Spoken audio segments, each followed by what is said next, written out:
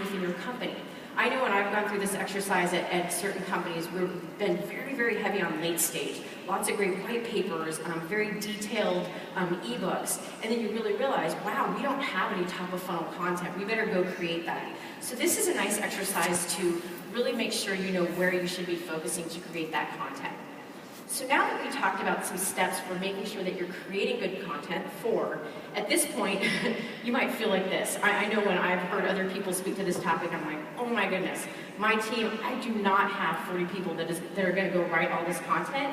And I will tell you at Marketo, we have about 3 people that do the majority of our content.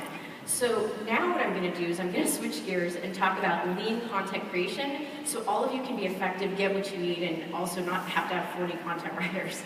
So now let's go into lean content creation. And what I want to touch on here first is content is not just white papers. This is so important. Think about a cool infographic that you could do. Think about a short YouTube video.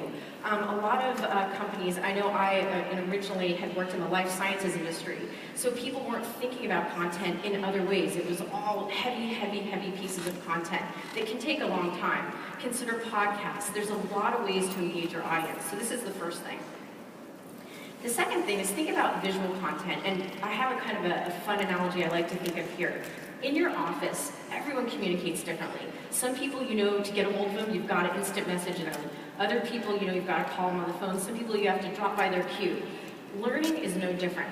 Everyone communicates and learns differently, so visual content, I think, is very, very powerful for people that are busy. All of us have a lot to do, and you can get to the point really quickly. So visual content really can help you stand out.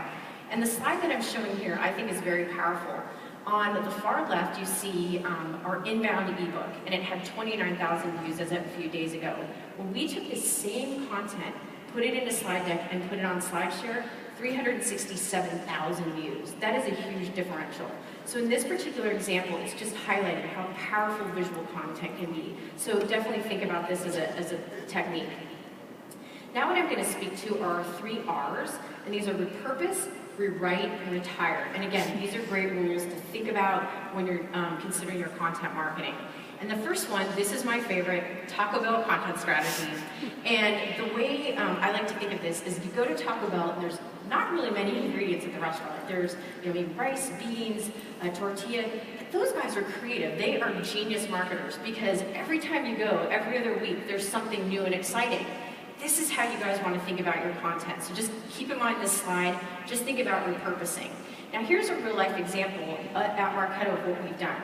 I'm showing you our definitive guide to marketing automation, which for those of you who have looked at our definitive guides, some of them are over 100 pages long. They take a long time to create.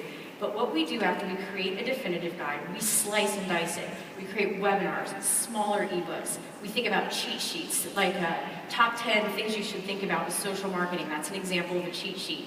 Infographics. So here's a great way where a lot of effort was put in up front, and if you think about how to repurpose content, you can end up with a lot more. I also want to highlight, think about repurposing your blogs. And what I love about this is you actually have data to show which blog posts have received a lot of engagement. So you can really see with your own blog posts, wow, if there were a lot of views, you might want to think about creating an ebook from that because you know it's already been consumed.